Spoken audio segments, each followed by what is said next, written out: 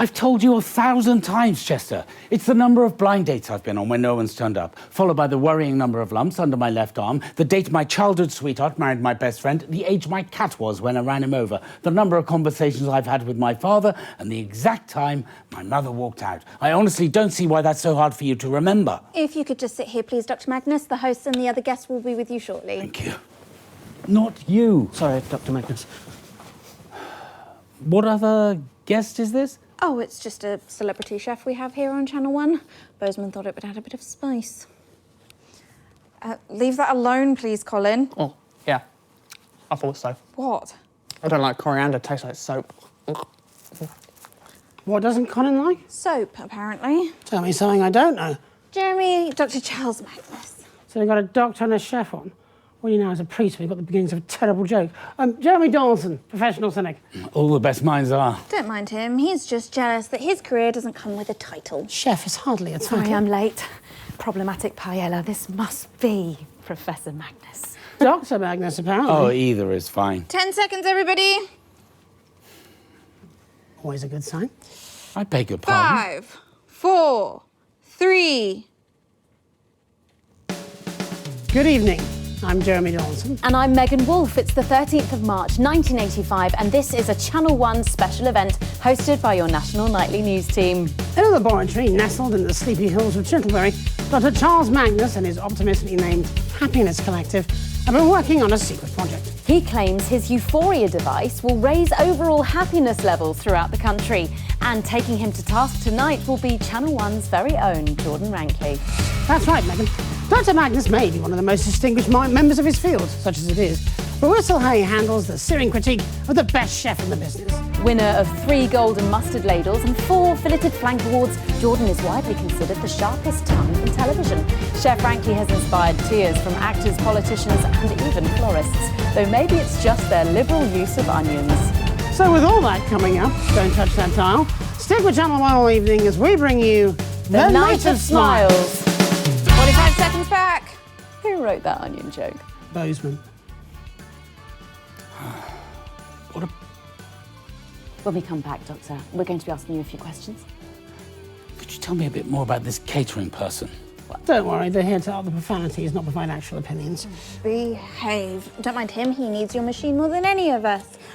Dr. Charles Magnus, Jordan Rankley. Jordan, Dr. Magnus. Nice to meet you. Quick question, Doctor. Are your parents married? What? Quickly, we're going live any second.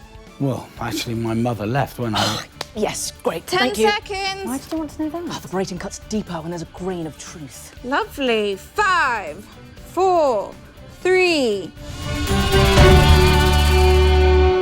Welcome back. In just a few minutes, the impressive machine behind me will be activated in the first ever mass test of its type.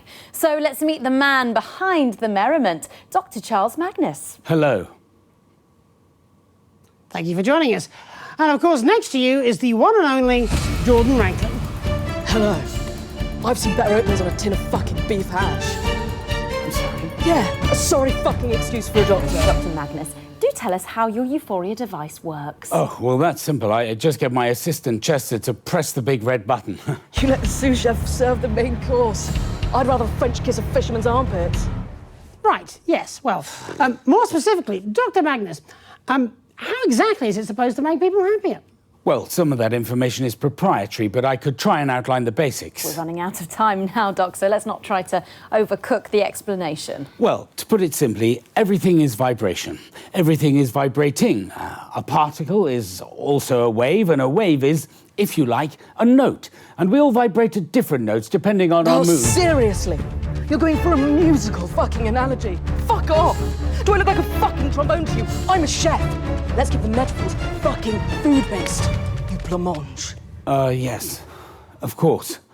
In cooking, we experience flavour through the taste, but also through smell. The olfactory and gustatory components have to work together. They are tasted in harmony. Are you following me? Well, yes, I think so. Hopefully some of our more culinary-minded viewers What are. the fuck are you on about, mate? You're making about as much sense as a drunk toddler in a washing machine. You know what?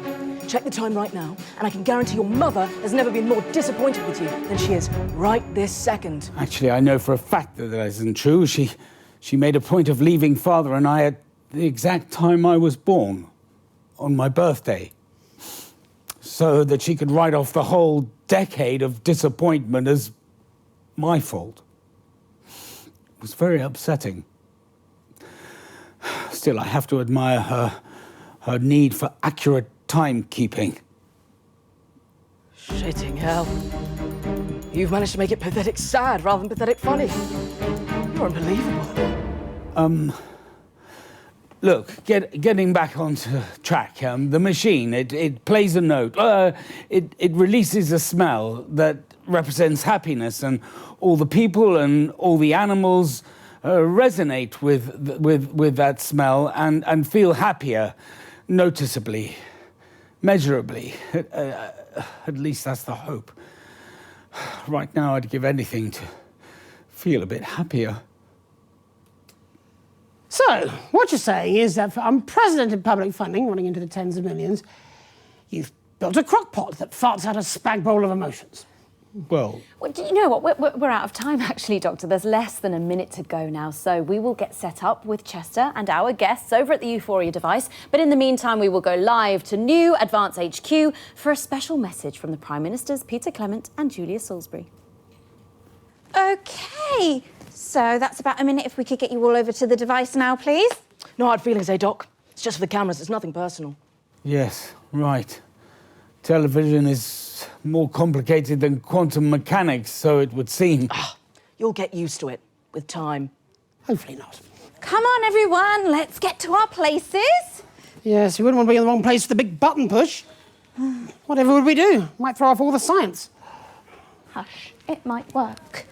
Lovely, looking great. Okay, 10 seconds. 5, 4, 3. Fantastic, the Prime Minister's there, and of course, without the assets and wealth funding you received. We'd still be making prototypes out of bread sticks. Bread. You must be Chester. Come on, let's get on with it. Are we pressing the button or we tongue-fucking each other? Shit! Enough with the foreplay!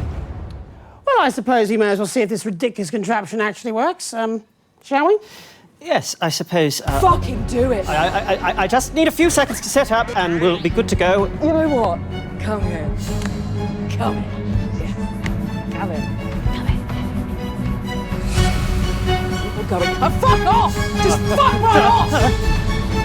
The whole fucking presence!